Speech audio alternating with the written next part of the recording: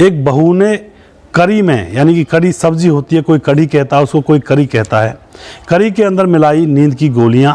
और फिर दोस्तों उसके बाद इकलौते बेटे ने अपने पिता, ताऊ और अपनी भूआ, इन सभी को बिजली की तार से तड़पा तड़पा कर मौत के घाट उतार डाला।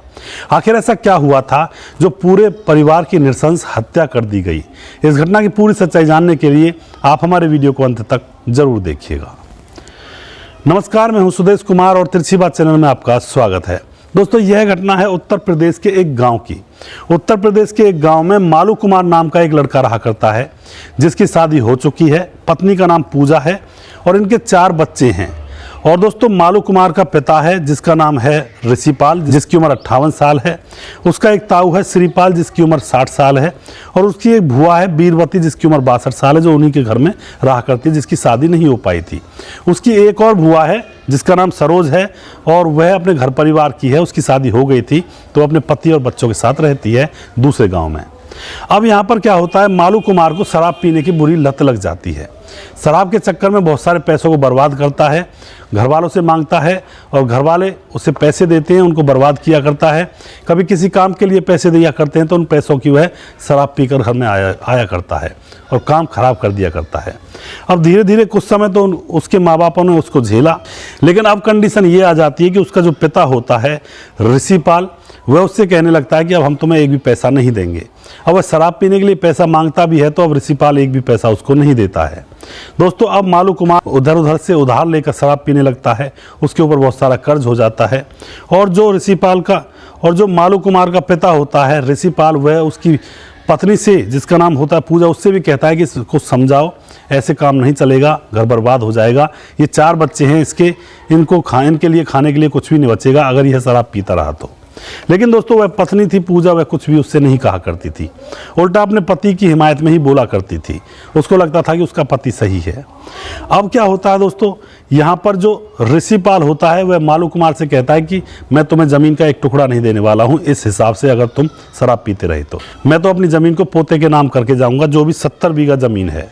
दोस्तों, यह बात जैसे ही मालू कुमार सुनता है तो उसके पाँव के नीचे से ज़मीन खिसक जाती है, क्योंकि पोते के नाम हो जाएगी तो वह ज़मीन को बेच नहीं सकता है।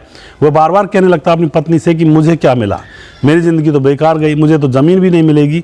और दोस्तों, अब वह अपनी पत्नी के साथ मिलकर प्लानिंग करता है। उसकी पत्नी भी उसकी प्लानिंग में साथ देती है।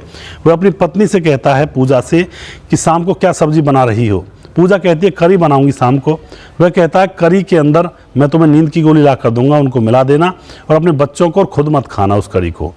दोस्तों, उसके बाद उसको अपनी पत्नी को नींद की गोली ला कर दे देता है और फिर उसकी पत्नी पूजा करी के अंदर नींद की गोलियां मिला देती है। और फिर पिता, ताऊ और भुआ को वह करी परोस दी जाती है। उसके बाद वह गहरी नींद में सो जाते हैं। और फिर मालू कुमार एक तार लेता है बिजली का, उससे उन सभी की गर्दन को एक एक करके घोट देता है और तड़पा तड़पा कर अपने परिवार के बुजुर्गों की हत्या कर देता है। उसके बाद वह वहाँ से भागकर अपनी दूसरी बुआ सरोज के गांव जाता है। वहाँ उससे जाकर कह देता है कि मैंने तुम्हारे सारे परिवार को मार दिया है। दोस्तों, घर में से मालू कुमार और उसकी पत्नी पूजा भी फरार हो जाती हैं। और जो वह 3 लोग थे, पिता, ताऊ और भुआ, वह मृत अवस्था में पड़े हुए थे। सुबह जब होती है तो बच्चे रो रहे थे, बच्चों को वह छोड़कर भाग गए थे। उधर सरोज जो दूसरी भुआ थी, वह अपने बेटे को लेकर वहां पहुंचती है और जाकर देखती है उसके परिवार के सारे लोग मरे हुए पड़े हुए हैं। वह जोर जोर से रोने लगती है। आस पड़ोस के लोग इकट्ठा होते हैं। और फिर क्या होता है दोस्तों, पुलिस को बुलाया जाता है।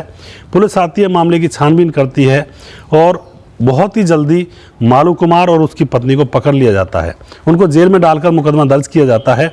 उधर दोस्तों, जो सरोज भुआ होती है, वह अपने बेटे से अपने भाई ऋषिपाल, श्रीपाल और अपनी बहन बीरवती का अंतिम संस्कार करवाती है और उन बच्चों को अब वह खुद ही पालेगी। तो दोस्तों, हंसता खेलता परिवार, जिसके अंदर कई बुजुर्ग भी थे और बच्चे भी थे और नौजवान भी थे, वह अकेला बेटा था, इसका उसने फ़ायदा उठाया। उसने अपना हंसता खेलता परिवार मिट्टी में मिला दिया। सिर्फ एक शराब की लत के कारण बहुत सारे घर तबाह हुए हैं, जिंदगियां बर्बाद हुई हैं। तो शराब की लत बिल्कुल भी ना लगाएं, अपने आप को गर्त में ना डालें। शराब कोई इतनी अच्छी चीज़ नहीं है कि आप पूरे जन्म को शराब के ऊपर ही बर्बाद कर दोगे। हमने जन्म लिया है बहुत कुछ काम करने के लिए। अपने परिवार के लोगों के अंदर हमें भगवान नजर आना चाहिए, उनकी सेवा करनी चाहिए। सेवा करने के लिए हमने जन्म लिया है, परमात्मा की प्राप्ति के लिए जन्म लिया है। सिर्फ ये नहीं है कि सिर्फ एक शराब के पीछे ही ज़िंदगी को गुजार दिया जाए और अपनी मौत को दावत दी जाए। परिवार के लोगों को भी यहाँ पे नष्ट कर दिया गया। तो दोस्तों ऐसी शराब किस काम की जो परिवार को ख़त्म कर दे। तो प्लीज़ शराब से दूर रहें। और यहाँ पर आप क्या कहना चाहोगे अपनी राय कमेंट बॉक्स में लिख सकते हैं, लोगों के साथ शेयर कर सकते हैं। क्या मालू कुमार के जो पिता थे ऋषिपाल, उसने गलत कहा था कि मैं तो इस ज़मीन जायदाद को अपने पोते के नाम करूँगा क्योंकि तुम शराब पी जाओगे, सारी ज़मीन को बेच दोगे? या फिर यहाँ पर उसको अपने बेटे के नाम ही करनी चाहिए थी ज़मीन, चाहे वह बेचे या कुछ भी करे? आप क्या कहना चाहते हो अपनी राय कमेंट बॉक्स में लिख सकते हैं। दोस्तों अगर आपको हमारा वीडियो अच्छा लगता है तो उसको शेयर ज़रूर कर दिया करें, हम आपके बहुत बहुत आभारी रहेंगे। अगला प्रोग्राम मैं बहुत जल्दी फिर से लेकर आऊँगा किसी सच्ची घटना के ऊपर।